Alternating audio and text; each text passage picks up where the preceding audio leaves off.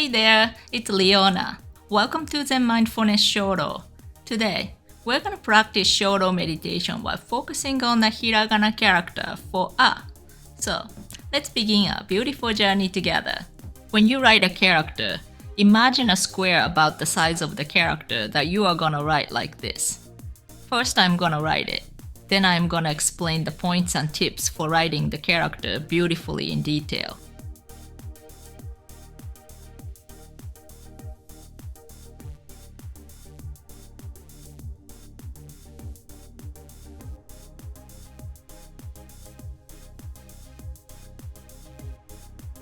Now I'm going to explain the process in detail.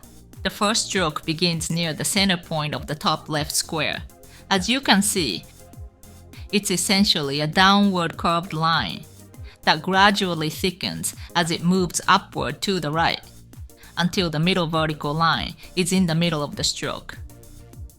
Next, from the end point of the first stroke, move the brush upward to the left like this. The second stroke starts from a position a bit higher than the middle of the upper half of the middle vertical line.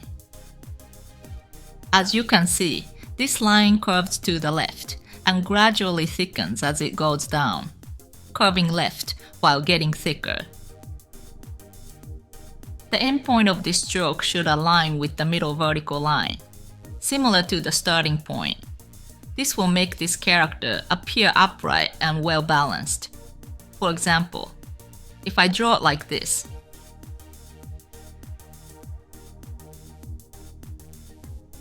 with the central vertical line here, and if the endpoint extends too far to the right of the middle vertical line, when I write the third stroke,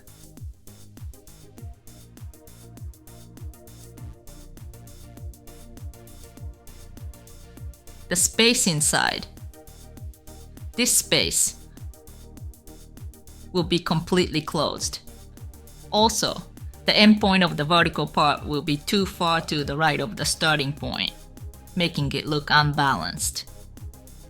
On the other hand, if the first stroke is like this, and the second stroke stops considerably to the left of the starting point,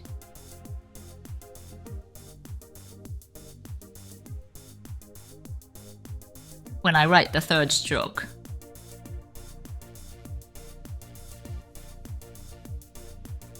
this space and this part, these two spaces, will become too narrow, and the whole character might appear to be tilting to the right. So to make the entire character appear standing straight up when writing the second stroke, be careful not to let the endpoint go too far to the right or left of the starting point. Then from the endpoint of the second stroke, move the brush upward to the right like this. The third stroke starts at about the height of the middle horizontal line, roughly between the second stroke and the endpoint of the first stroke. This line curves to the right while moving down to the lower left. As it goes down, gradually thickening, it can better express the characteristic curved beauty of Hiragana. It should descend to about the same height as the end point of the second stroke, or slightly lower. Pause lightly here, then curve to the left, and up. Then from around here, curve roundly up to the right. Pass through a point slightly lower than the starting point of the third stroke. Then pass through a position that leaves about the same amount of space on the left side of the leftmost point and on the right side of the rightmost point. Finally, gradually thin the stroke as you scoop down to the lower left. The endpoint should be at about the same height as the lowest point on the left side, or at the same height as the endpoint of the second stroke. This way, the three bottom points will be at about the same height, making the character appear to be standing firmly and stably, supported at the bottom. Another key point is the height at which the third stroke passes through the second stroke. For example,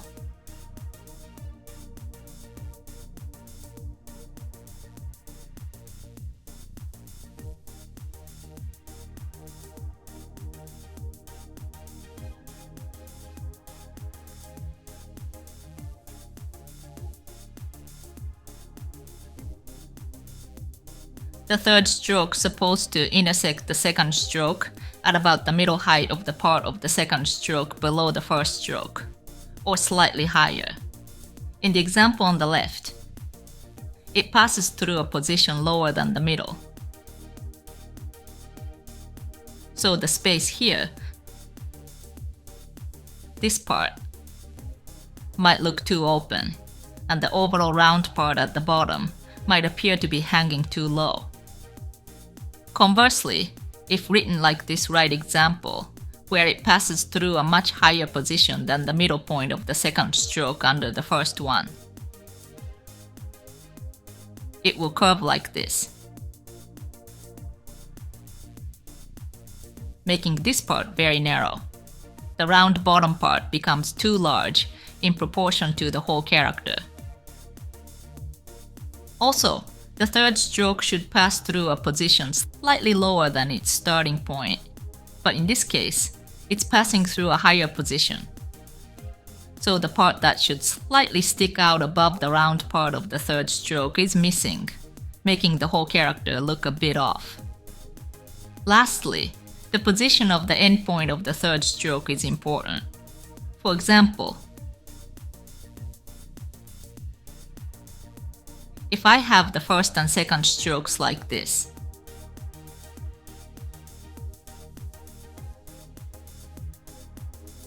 and the third stroke is like this,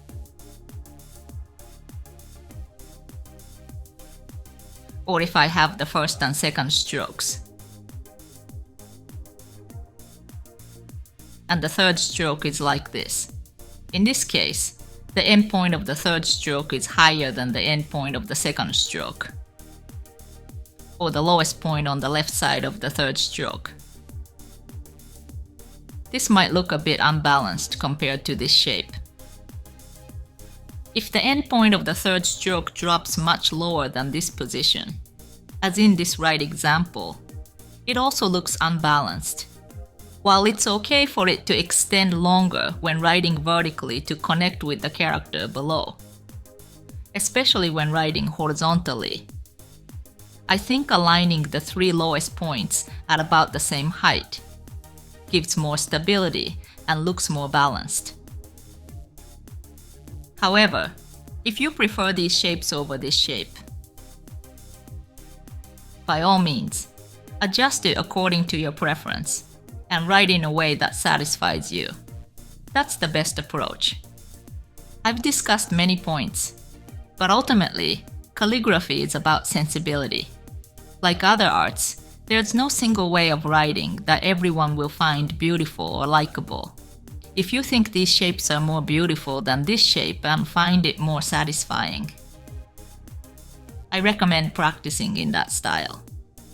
These writing tips and tricks can be applied regardless of the size of the brush or the size of the character you're writing.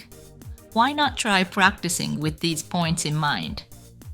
The key points and tips for writing hiragana neatly, as explained in the video, are concisely summarized in this book. Each page allows you to practice one character. If you're interested, please see the description. When you practice with a brush, I recommend that you place a few pieces of paper under the page that you're writing on, so that the ink doesn't bleed onto the page under it. Alright, let's get started.